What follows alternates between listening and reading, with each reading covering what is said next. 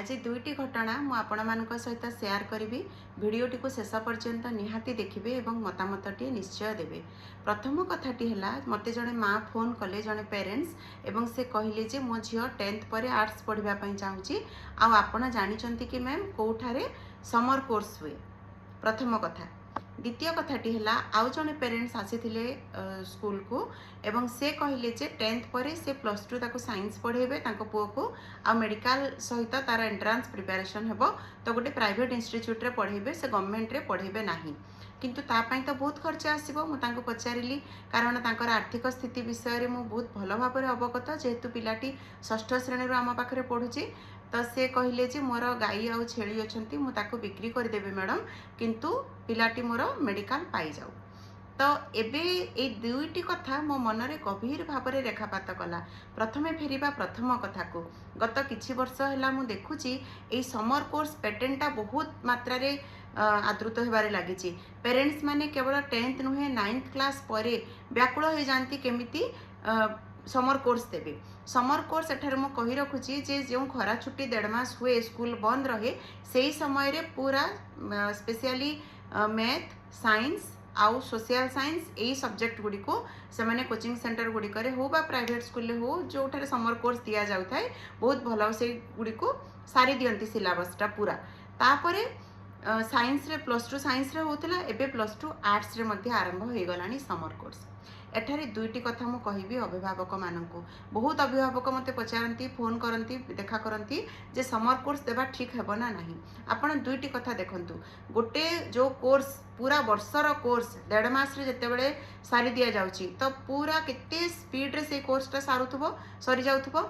2 number कथा है जेतेबेले पूरा कोर्स सरी जाउची समर कोर्स रे तापरे पिलाटी श्रेणी रे पढ़ुची सेही समान पाठ को से माने सेतिकी इंटरेस्ट देखेबे कि सेतिकी आग्रह देखेबे कि ताकू लागिबो जे से तो पढ़ी देची। आ मो अनुभव रु कहूची समर कोर्स करिथिबा पिला बहुत भल करती नाही। जो गोटे धारणा अच्छी जे पूरा कोर्स सरीगले से रिविजन हम से रिविजन हुएनी। जो समर कोर्स से माने करि थांती ता भी तांको पय बहुत हेक्टिक हो जाए आ तापरे स्कूल ले से माने आदो ध्यान दियंतिनी ओवर कॉन्फिडेंस हो जानती जे हमर तो सरी जाइछे कोर्स। 2 नंबर कथा है 10th रो सिलेबस सीबीएसई रो जति मु कहिबी आमे माने जेतेबेले परीक्षा दउथिले 100 मार्क रो परीक्षा दउथिले एबे 80+20 कर दिया जाइछि। 20 मार्क पिला मानक स्कूल रो हाथ रे रहउछि। आउ एई वर्ष ठारो बोर्ड परीक्षा 2 थर होउछि आरंभ होइछि नुआ करी एथर हेबो। जो परीक्षा रे जो विषय रे पिला मानक संदेह होउछि जे से मानकर मार्क कम आसीबो से माने आउ थरे अप्लाई करि पारुचंती आउ थरे बोर्ड परीक्षा देबा पई। 3 नंबर कथा हैला 10th रा सिलेबस बहुत मात्रा रे कम हो जाइछि पाखापाखि अधा कर दिया जाइछि। उद्देश्य कौन? उद्देश्य होछि पिला माने अधिक रु अधिक मार्क रखंतु। लाभ कौन? किछि हेले नुहे। लाभ कौन? किछि हेले नुहे। कारण मार्क अधिक आनिबा पाठ पढ़ार उद्देश्य नुहे।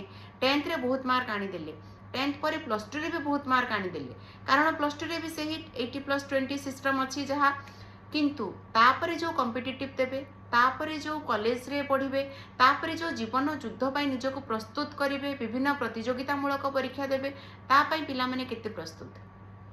केवल मार्क आनी देले तार समाधान हो जिवो कि एबे एआई रो जुग आमे चेष्टा करिबा उचित पिला माने किभली अधिक रु अधिक निज ओन थॉट प्रोसेस तांकर जो चिंताशीलता अछि तांकर जो चिंता करिवार प्रक्रिया अछि ताकू आमे प्रोत्साहित करिबा ता किपरि भाव में बढ़िबो ता उपरे फोकस करिबा। मार्क बढ़िबा उपरे नुहे। मार्क बहुत आराम रे पिला मार्क पाई जिवे टिके चेष्टा कले से माने मार्क पाई जिवे। जदि क्लासरूम पाठ आ गोटे कथा मु एठारे कहूची क्लासरूम पाठ को सब बेले गुरुत्व दियंतु। ट्यूशन मध्य नुहे।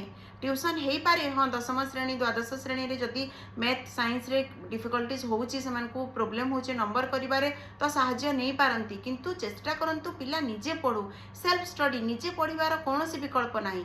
क्लासरूम शिक्षार मध्य कोनोसी विकल्प नाही। आपण माने भाबुथबे जे कोचिंग सेंटर दे देले जदि पिला भलो करिवो ना बहुत भूल धारणा।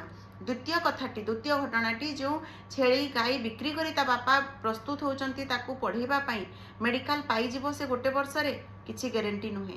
मेडिकल पाई जो कंपटीशन मु मना करू नै मेडिकल पाई चेष्टा करंतुनी किंतु गवर्नमेंट इंस्टीट्यूशन उपरे विश्वास रखंतु।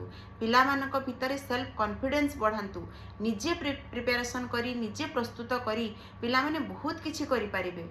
+2 2 वर्ष कम से कम से माने +2 पाठ तो पढ़ंतु तापर से माने प्रिपेयर करेंगे कि जहाँ करेंगे आमे आरंभरू से केवल कोचिंग सेंटर नहेले पाठ हेब नाही, ट्यूशन नहेले पाठ हेब नाही, समर कोर्स नहेले से माने पछरे पड़ी जिवे एई भली धारणा आम भितर सृष्टि करा जायछि।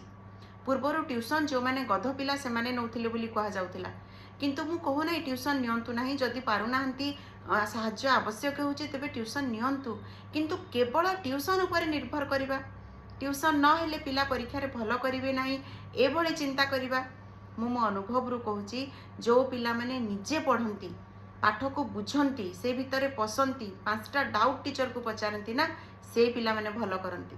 केवल घोषी बारंबार रिपीटेडली प्रैक्टिस करी मार्क गुड़ाक दे परीक्षा गुड़ाक दे मार्क बहुत अधिक आनिबारे किछि लाभ न थाए। एठारे अभिभावक माने दया करी बुझंतु, विचार करंतु जे केते खर्च करूचंती आ तार लाभ पाउचंती।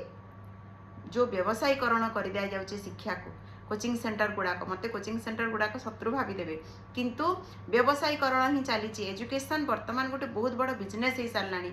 आउ से बिजनेस को आमे माने ही ताकू पृष्ठपोषक साजिचु अभिभावक माने। आउ थरे चिंता करंतु किछि समर कोर्स कौन से असुविधा हेब नाही। पिला भितर केवल गोटे कॉन्फिडेंस जागृत करांतु, आत्मबल मनोबल बढ़ांतु जे तू पारिबु, चेष्टा कर, निजे पढ़, डाउट होची टीचर को पचार, तापरे देखिबा। मिलित गोटे पदक्षेप हो अभिभावकर, शिक्षकर आउ पितामातांकर। देखिबा केमती हेब नाही, 10th हेब नाही, +2 हेब नाही, इंजीनियरिंग हेब नाही, मेडिकल हेब नाही, को कथाटा रही जिवो आमे देखिबा। आपण गोटे टीम वर्क तो आरंभ करंतु, पेरेंट्स तो सचेतन हुअंतु। एतिकी ही कहिबार थिला। कौन चिंता करूचंती आपण दया करे निश्चय मते जणैबे।